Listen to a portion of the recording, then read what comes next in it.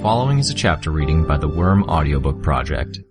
Please support the original author at parahumans.wordpress.com. Thank you and enjoy.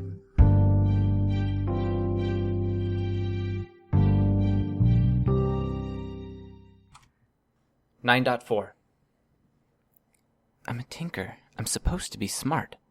So how can I have been so stupid?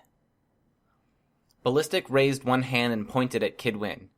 He waited until Kidwin moved before kicking at the uneven, rubble-strewn ground, sending a spray of concrete and wood fragments flying like a hail of bullets. It only grazed the teenage hero mid-leap, lacerating the side of his stomach, hip and thigh, chipping his armor. It still hit hard enough that it twisted him in midair. He landed on his back atop the rubble that covered the ground, grunted. "Hey!" Ballistic bellowed. "Little girl!" Kidwin saw Ballistic pointing at Vista. The villain, between his build and armor, had the frame of a football player, a dramatic contrast to the young heroine. He pointed at her, pausing long enough for her to bend the ground into a semblance of cover, then launched a chunk of concrete at her. The concrete flew at an angle that wouldn't have hit the girl anyways, struck the barrier and shattered, sending debris careening onto and into the girl. Vista screamed and fell backwards, part of her barrier crumbling to land on top of her. He's telling us exactly where he's going to attack next. Kidwin looked up, saw Sundancer with her orb hovering a good 15 feet off the ground, keeping it away from the walls of the building and the corpses that were hung above them. Even though it was 15 feet up and 30 feet away, he could feel the heat of it prickle his exposed skin. He knew from the Endbringer fight that she could make it bigger, move it faster. As the burning sphere drifted forward, staying at roughly the same height, Fléchette and Glory Girl were forced to scramble away. Shadowstalker leaped off the top of the wall and into the alleyway next to the building to get away from the heat. Only Vista remained where she was, caught under debris that she was striving to shrink down and push away. It dawned on Kidwin.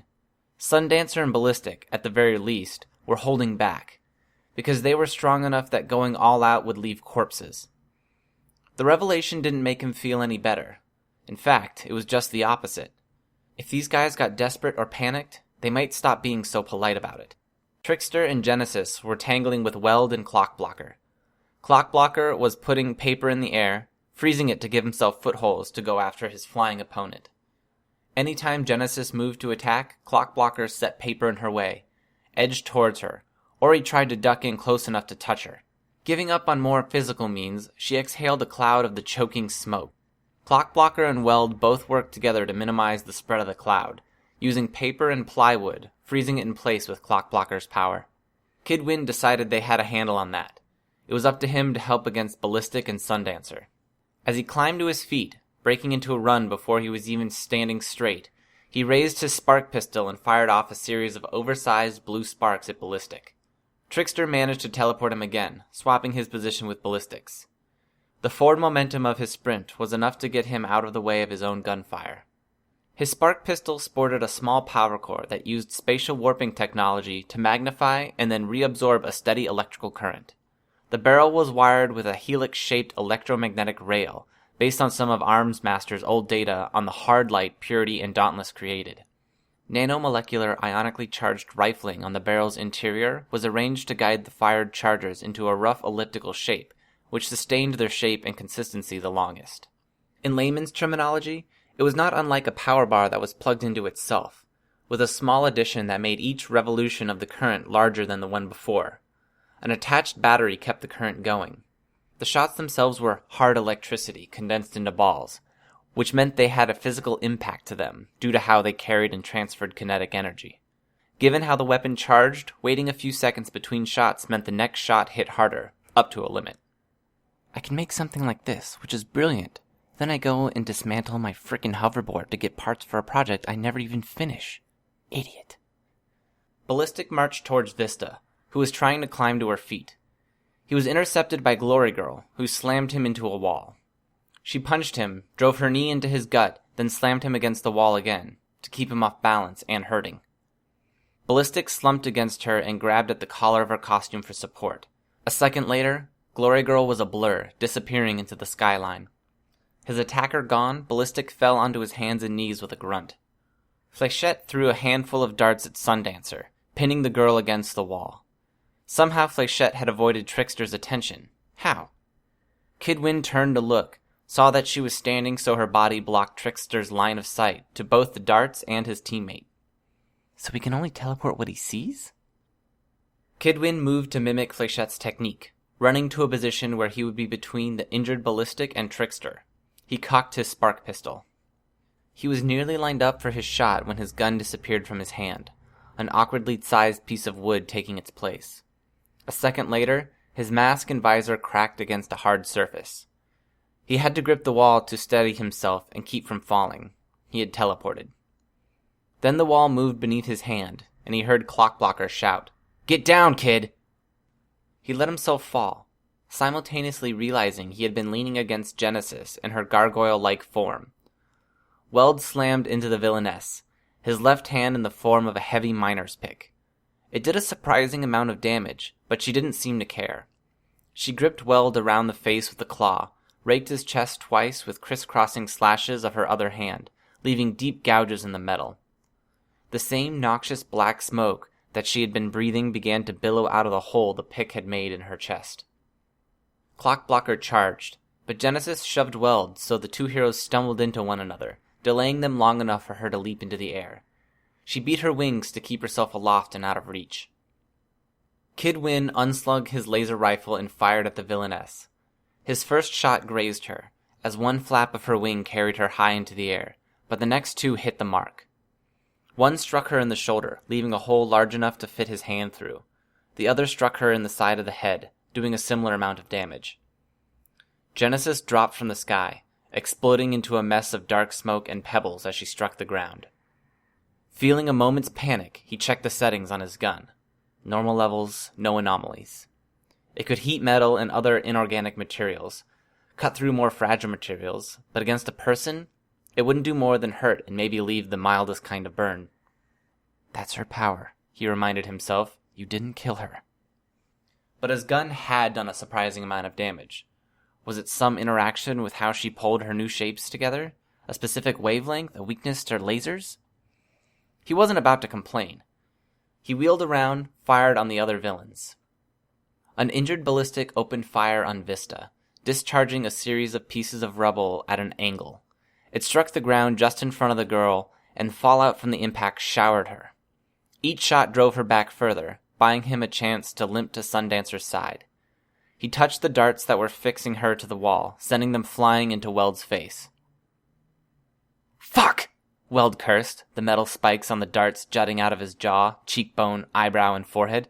"Takes forever to get my face right after something like this." Trickster's teleportations had placed the enemy group in the interior of the building, with the wards surrounding them. Surrounding one's enemy wasn't quite as advantageous when the enemy could teleport. But for a moment, they all paused where they were, various weapons at the ready. It was a kind of momentary peace that fell when everyone was waiting to react to what the others were doing.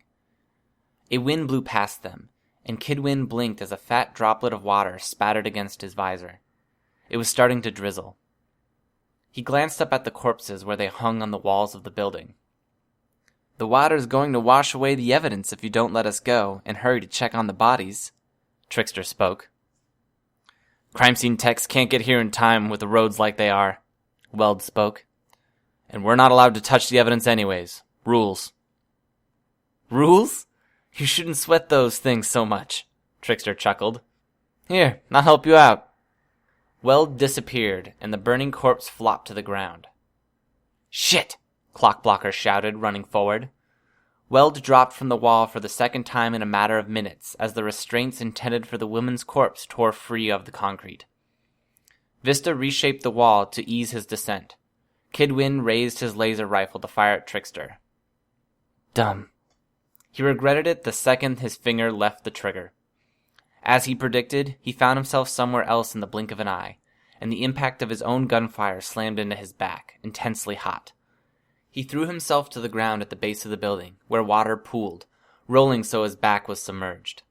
"It's not lethal. Can't do any permanent harm. You had it vetted. Tested on pig meat." The balance of the fight had abruptly shifted. Clockblocker, Fléchette, and Vista were where the three travelers had been, and vice versa. "Nuh-uh, kiddo," Trickster spoke as the gap in the wall began closing behind his group. "Up you go." The flayed corpse appeared in Vista's position. "No!" Kidwin turned, saw Vista on the wall. She'd gotten tangled in the loops of wire that had been holding the corpse up. The metal wire was coiled around a shattered part of the wall, and more than one wire had caught around her neck. Another looping of wire bound her body, one of her arms caught against her side. She struggled to pull at the wire on her neck with her free hand, but it was little help. The wire pulled so tightly against her throat that Kidwin feared it would cut her skin. "Trickster!"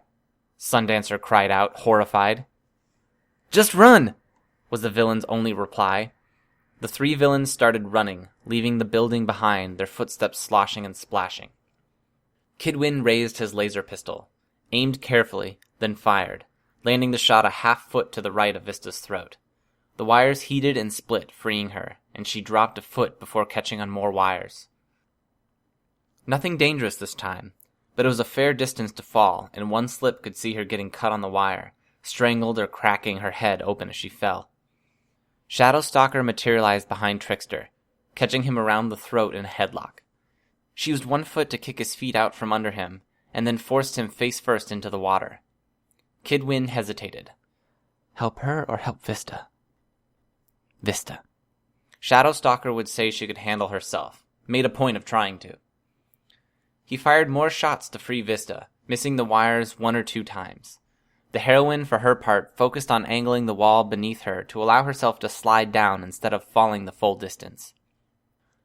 Ballistic shot Shadowstalker, driving her back. The attack had left a gaping hole just below her heart, the edges wispy. The gap closed, but the attack had separated her from Trickster, and hurt her badly enough that she crumpled to the ground, a hand to her chest. Kidwin fired a salvo at the retreating villains, grazed Ballistic.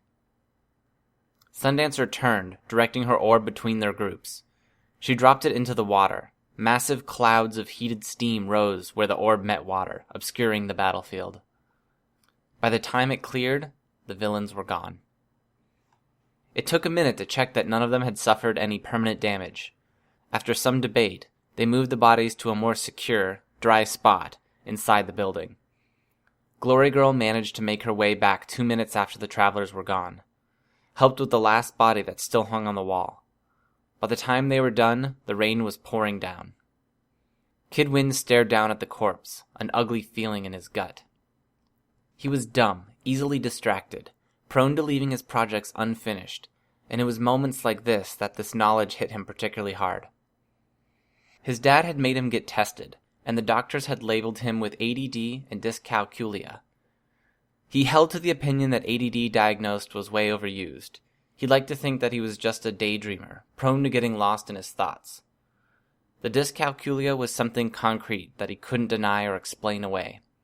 He couldn't keep numbers in his head, couldn't make the most basic intuitive leaps or connections with them. All of that had been before he got his powers. Nothing had changed except that now he could visualize something, instinctively know how he could put it together. His disability or disabilities put him a step behind the rest. His daydreaming was worse because his thoughts were so damn interesting now. He couldn't take reliable measurements without using computers to do it. Couldn't finish half his projects without feeling compelled to move on to something else. The PRT staff insisted he was exceptional with anti-gravs and guns, had it even marked in his file, but he knew it wasn't so true. He finished his guns because they were simple, in their own way. It was easy enough to take 3 half-finished gun projects and mash them together, create something with multiple settings even. As far as he was aware, he was the only tinker in the PRT's records that didn't have a defined specialty, gimmick, or trick. He was increasingly worried that his special talent as a tinker was being able to occasionally make something despite his learning disability, which would suck if it were true. There were exceptions. He'd finished bigger projects. His hoverboard, driven by the idea of how awesome it would be to fly. Even then, it had been a chore. Monumentally stupid of him to dismantle it. The idea and motivation driving the action had been good. He was graduating the wards in a little while. He had been expecting to change his name and adjust his methods, because an adult calling himself Kid Win was lame. He had an idea about a harness with a floating array of turrets that could fire different munitions depending on what gun he holstered in the main slot. Self-adjusting and adaptive the way his alternator cannon was, except he'd gotten frustrated at a snag in the testing, put it down to take a break, and hadn't picked it up again in 6 days. His hoverboard had effectively been destroyed for no reason, when it might have made the difference in getting the travelers into custody. His alternator cannon was the real gem. It had been the result of a medication the PRT doctors had prescribed, which he'd been forced to stop after 2 weeks when he began to get increasingly dizzy, anxious, and nauseous. While he'd been taking the pills, he'd been focused, had a glimpse, maybe, of what he could do if it weren't for his distractibility and daydreaming. When Piggy had spoken of destroying the thing, the mere thought had been crushing. Then Leviathan had destroyed it for real, maybe the only truly brilliant thing he'd be able to make. He harbored fears it might be the only brilliant thing he'd ever be able to make. He wasn't the worst hero ever. He knew that. He had things he could do. He could let the worries and the dozens of unfinished projects alone most days. That changed when his team got thrashed. Thoughts like that had been plaguing him since the Endbringer event a week ago. He couldn't shake the notion that he was in the running for the weakest member of the team. The notion that he was dumb, second-rate. That this loss, here, was his fault because he had dropped the ball. The people of this city deserve a better hero, a more focused one. Weld spoke, disturbing him from his thoughts. I just got a message. PRT is on their way. We head back now. Hearing the unenthusiastic replies of his teammates, Kidwin realized that the rest of the team wasn't in any better mood than he was. Losing had a way of doing that. Strangely comforting. Got word from the Protectorate. They're handling the case with the bodies. We're not to touch it or get involved in any way. Weld spoke, folding his arms. He had what looked like acne, blisters of extra shiny metal on his face where the remainders of the darts hadn't fully been integrated into his skin. He reclined in an expansive, custom-made office chair, capable of supporting his dense, heavy body. Everyone else had found seats in the central room of their headquarters. Everyone, that was, except for Glory Girl, who had gone home. She wasn't yet an official member of the team. No word on what's going on? Clockblocker asked. They're staying quiet on the subject, Weld spoke. Vista leaned forward. Maybe a serial killer? We should focus on what we do know, Weld shook his head. As far as tonight's patrols? Actually, Kidwin cut in. Sorry, but I have one theory. What? Clockblocker asked. Kidwin glanced at Weld, checking to see if their leader was okay with it. Weld didn't say anything, which he took as assent to continue. There were 2 other crime scenes, right? Any idea if there were the same number of bodies at each crime scene? Same number? Weld raised an eyebrow. Why? Oh. Shit, I think I follow. Smarter than you'd think, given his brute force power and his appearance, Kidwin realized. Or I'm just that bad with numbers. The connection took me 20 minutes to make. 3 crime scenes with 3 bodies each, so it'd be 9 bodies, Clockblocker asked. Each killed in some different way. I don't see what killer that would fit with. Not one killer, Kidwin answered. 9 bodies, each for different killers. The Slaughterhouse 9. Clockblocker leaned back in his seat, groaning. Fuck, that'd be all we needed. Wouldn't be the first time they've arrived at a location in the wake of an Endbringer event, Flechette pointed out. Maybe it's them, Weld conceded, and maybe the Protectorate figured that much out, with the clues they have from the other 2 scenes. It could be someone or something else. Either way, it's not our case. Not even in our league, and we should stay as hands-off as we can manage. We need to talk about patrols and tonight's duties. The grunt work, Flechette offered a literal grunt to punctuate the statement. Kidwin and Clockblocker chuckled. Vista's due for a patrol, and as a young member, she has to go with someone. Lily? Flechette smiled a little. Quick to make me pay for that snark, huh? No, it's cool. I've been wanting a chance to shoot the shit with Vista.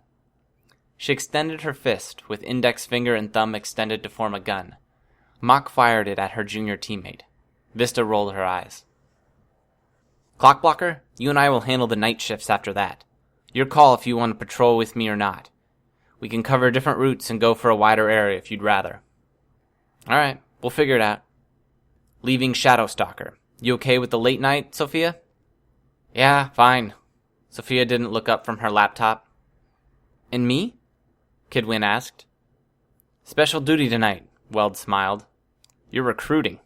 Recruiting? There's a kid calling himself Chariot. Been racing around the city with a powered suit that lets him move 100 miles an hour. Assault finally caught up with him last night, brought him into custody. Wound up calling the kid's mom, got him to agree to talk to our recruiter. You. You'll be meeting the kid in his home. Why me? Shared interests? You're both tinkers. You have the best idea of how he thinks. Kidwin nodded. He couldn't quite put his finger on what he was feeling. A measure of excitement at the idea of getting to talk to another tinker that wasn't Armsmaster? Sure. Fear? Would he be replaced by a new tinker? It was an immature thing to be spooked about. He knew that, but that didn't make it any less real. Cool, he spoke, by way of agreement. You convince him, it'll look good to the guys upstairs, Weld informed him. Right. Great. Pressure. Now, on to a more serious topic. I'm seeing that this team is really disorganized these days. I have no problem handling the brunt of the paperwork. It gives me a degree of insight into what's going on that the files don't. I don't even mind cleaning up the kitchen and showers here when the janitors are off duty. But we really need to communicate. Last night, Flechette went on patrol and ran into a situation with Perion she should have been briefed on. It could have turned hostile. Sorry, Vista muttered. It turned out okay. Flechette smiled a little. Right. It's okay. It's understandable, given all we're trying to handle, Weld reassured her. But we can't miss out on details and updates on the overall situation. The Protectorate have their hands full with the gang wars between Fenrir's Chosen, Purity's group, and Coil. They're now dealing with the serial killer, or serial killers, and they're still updating the records. So here's what we're going to do. I've checked it with Pigo. She agrees. I'm picking up an extra patrol shift, and I'll be adjusting your patrol shifts down by 20 minutes each, moving them around slightly. With the downtime that creates, we're going to have meetings like this every day. Pausing, Weld glanced at Clockblocker, as if expecting a response. When Clockblocker only nodded assent, Weld's eyebrows rose a fraction in surprise. He continued. Gives us a chance to talk about our recent patrols, fears, concerns, ideas, or hell, just talk. Because I'm seeing this trend where we only see each other in passing, while patrolling or in class, and some of you are going out of your way to spend time together and hash stuff out, even at the detriment of stuff like school. You're talking about class earlier, Clockblocker said. More or less. Not saying it's a bad thing, but we can restructure our schedules, make time for it, instead of detracting from an area we need to pay attention to. Sure, Clockblocker agreed. Was there a note of irritation in his voice? Kidwin couldn't tell. Dennis was playing along, at least. Now, about the paperwork you guys have been submitting. There's been a few recurring problems. Kidwin sighed and settled into his seat. This was going to be a little while. The building was ugly, had trash piled up on either side of the front door, a sour smell wafting out from it. The water level wasn't so bad here, and the building was almost entirely intact. The only sign of damage was the boarded-up windows on the first and second floors, where the glass had been knocked out of the window frames. Red brick, it seemed like the usual sort of tenement building one would find in the docks. He stepped inside. A Hispanic boy in the front hall whistled sharply as Kidwin stepped inside, while a group of Asian American boys and girls in dirty clothes ran around him, screaming at an ear-piercing volume as they continued a game, some pointing and hooting at the superhero. Occupants aside, it was dark, with only 2 dingy light bulbs and no open windows. It's 9 o'clock at night. Don't these kids have a bedtime? He checked the folded paper he had in his hand, found the room number, and headed up the stairs. A morbidly obese older man sat halfway up the stairs, maybe a babysitter for the kids? Kidwin hoped the man was a babysitter, because the man was white and the kids weren't, meaning he probably wasn't family. If he wasn't getting paid, there were only one uncomfortable explanation for why the man would be willing to tolerate that yelling and squealing. Or maybe he's deaf. Let's go with that. The fat old man didn't budge an inch as Kid Win approached, forcing the boy to squeeze by. He made his way up, ignored a gang of fit 20-something Asian guys who were standing guard in the hallway on the second floor.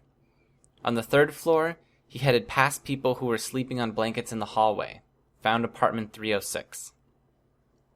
The door opened a second after he knocked. A tired-looking Hispanic woman greeted him. "You're the superhero, I take it?" "Yes, Kid Win." He extended his hand. She shook it firmly. "Ashley Medina. My son's back through here."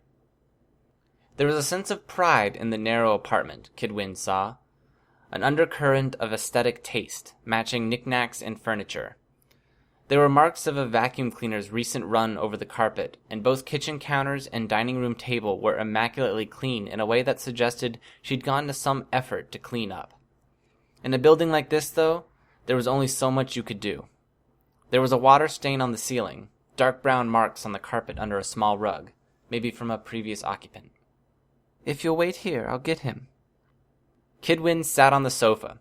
He noticed the cathode ray tube television was missing its screen, had been gutted. Quite likely for parts. The toaster was a goner too. Only the wireless modem in the corner of the kitchen had survived, green lights blinking. He had priorities at least, Kid Win thought, with mild amusement. Gotta have an internet connection. When Chariot arrived, Kid Win stood, offered a hand. There was a delay before the kid shook it. He was lanky, with big ears and close-shorn hair that made him look slightly goofy, but he had a wary look in his eyes. He wore a t-shirt and jeans that were stained with grease, had lots of little cuts and stains on his fingers, hands, and forearms. Been there. Substandard tools, not enough parts. I can use that. "Please sit," Chariot's mother said. Kid Win obliged. Chariot was the last to take a seat. Was he reluctant? Something else? "Chariot, is it?" Kid Win ventured. "God, I hope I don't fuck this up." Was the non-committal reply. "Just to give me an idea, on a scale of 1 to 10, how interested are you in maybe joining the wards?" "10's high?" "10's a lot of interest." 4. "Trevor!" Chariot's mom admonished. "They offer funding, education." "We do," Kid Win interrupted. If Mom pushes, this guy's only going to get less interested. Shit, a 4 is low. Maybe if I do the talking. "It's good money, with room for better money. Especially for a tinker like you or me." "How's that?" "The guys in charge want tinkers. They really want tinkers, both because they want us in a position where we won't be making trouble for them, and because they want the kind of stuff we can create." "I'm not giving up my stuff." Kid Win paused. This is like looking into a mirror to a year and a half ago. "Look, I can see your TV, your toaster. Chances are you've gone to the train yard or a scrap yard to find some stuff. Old batteries, card parts, chains, good metal, whatever." "He wanted to go to the train yard," Chariot's mother cut in. "I told him no. Caught him trying to sneak out." Chariot scowled a little, looked away. This would be easier without her here. "I get it. Been there. You're hungry to use your power. But more than any other kind of cape, you're facing a hurdle in terms of the entry-level resources you need. This is where the team would support you. You get funding, a lot of funding, to put your stuff together." Kid Win reached into his belt, retrieved a compact disc. He placed it on the glass coffee table, then withdrew a set of small tools from the other side of his belt. He dismantled the object and began laying out the components one by one. Chariot reached for the nearest component, and Kid Win moved to block the boy's hand. "Don't touch, please. Look only. Trace oils and static charge could damage something." The boy gave him an annoying glance, bent over the table to look closer at the chips. "What's this crystal?" Chariot asked. 3D computer chip. Uses light instead of electrical current. They're made by this protectorate tinker down in Texas. She gets funded to produce a set number every month, in addition to her regular pay.